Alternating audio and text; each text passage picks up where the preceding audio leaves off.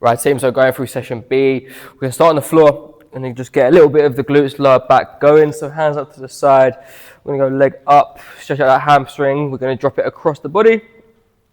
Try and get that hand on the floor behind us, back in and back down. So we'll do all of the one side first, because then on that last rep, say it's rep number 10, we're going to hold that there, and then we're going to go hand over, try and reach further than the hand on the floor, and back, all the way in and back. So again, we get a little bit of the hamstrings, glutes, even in that upper, more thoracic area. So you can do both sides. Movement number 2, we're going to go into some Kang squats to SOTS press. So we're going to hold that plate down in the chest. We're going to drive those hips back. We're then going to squat out here. Once we get into this position here, we're just looking to get that plate as high up as we can. And as we stand up, we stand with that plate overhead. Bring back into that start position. So we go hinge. So hamstrings, glutes. We go squat. So we're getting our knee flexion. We're getting that overhead mobility. And we press and bring back down into that start position. And then we're going to finish with some seated wide rows. So with this one, we're just going to go band looped over the rig.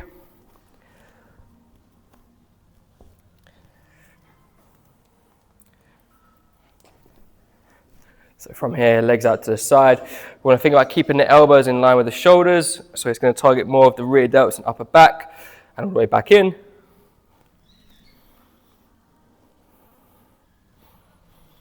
For our third movement in the warm-up, going into our movement prep, we're going to grab ourselves a barbell.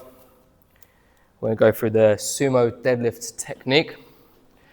So again, normally with a deadlift, we go feet on the hips. We're going to go toes out to 45 degrees, feet round and heels round, and then toes back out. So this is going to be our start position. Obviously that bar is going to be nice and close to our shins, hands in line with shoulders. And then we're going to drop down into that deadlift position, chest up nice and tall, shoulders back and down, and that bar should not come away from the body, it should stay nice and close.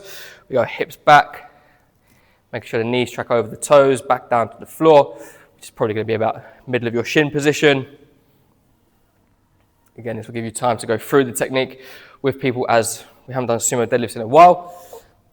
And then we're going to superset that with some supine rows from a half kneeling position. So we're going to go same arm, same leg, reverse lunge, palm up towards the ceiling. We pull down in towards the pocket or rib cage. As we extend up, we're just going to bring it back into standing. Reverse lunge, row, release, and stand. So again, possibly 2 rounds of that one for the movement prep. Going into the main workout, we've obviously got our sumo deadlifts that we've just gone through. So again, start position from the floor, chest up nice and tall, all the way to standing and back down. Again, hands in line with shoulders, not too close, because then that bar will just go all over the place. And we're going to superset that with some glute bridges. So we need bench in contact with the rig. This time we will try and get as much of a 90-degree angle as we can. Dumbbell across the hips. This time we're pushing the bench away. At the top, big squeeze through those glutes. And then we bring the hips back down. We push away, big squeeze at the top through the glutes, and back down.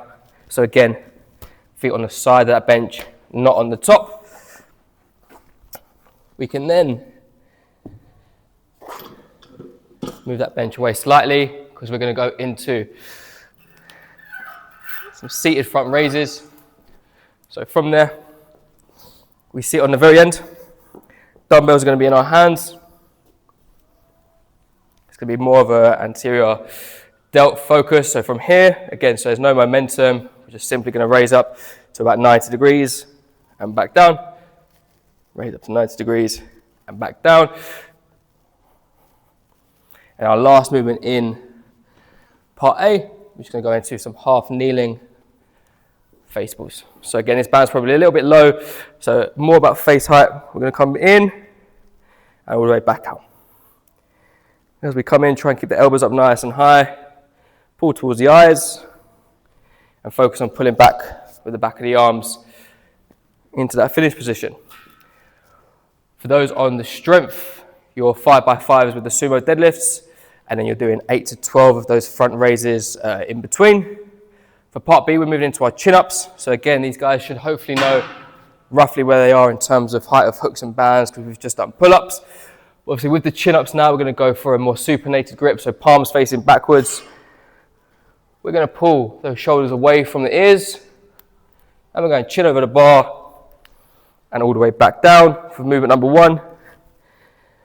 Movement number 2 is going to be a supine bent over row. So again, keep this one nice and light. We're going to grab our barbell with our palms facing up. So we're going to deadlift it up from the ground. We're going to hinge so that bar is just past our knees, and then we're going to put it right into the crease of our pocket. And that's going to be our almost secondary movement after those chin-ups. Again, position of back, keep it nice and flat. Pull it right to the crease of our hips. Movement number 3.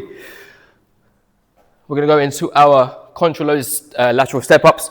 So ideally what we're looking for here is foot on, chest nice and upright, because we want to be more quad focused. And we're going to drive all the way up onto that box and back down.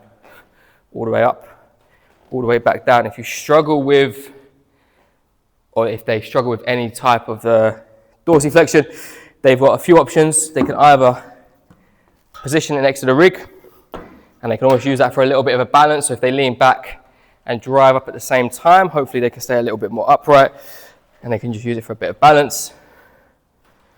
Or what they can do as well is get a little plate. Might be more of a faff to set up, but get their heel on the plate itself, and as they step up, they're in that tall position. Again, the height of the box should be dependent on how high they can flex their hip. Okay, so if they can only get their foot to about here, this box is probably too high. So get a stack of plates, which is okay because we want the movement to look good rather than the movement to look shit. And then the last move we're going to go into are some somersault squats. So a bit like a Russian baby maker. We're going to hit it in the crease of the hips here, in a nice low squat position. We're going to drive the hips up, drop the hips down, drive the hips up, drop the hips down, but again, keeping that kettlebell nice and close to the body, not letting it swing away. Keep it nice and close for 10 reps. For those on the strength, 5x5 on the chin-ups, and then 8 to 12 on each side of those step-ups. For the finisher, we're doing some cardio, some locomotion. We're doing anything anti-rotational or anti-flexion with the core, and then a work on weakness to finish.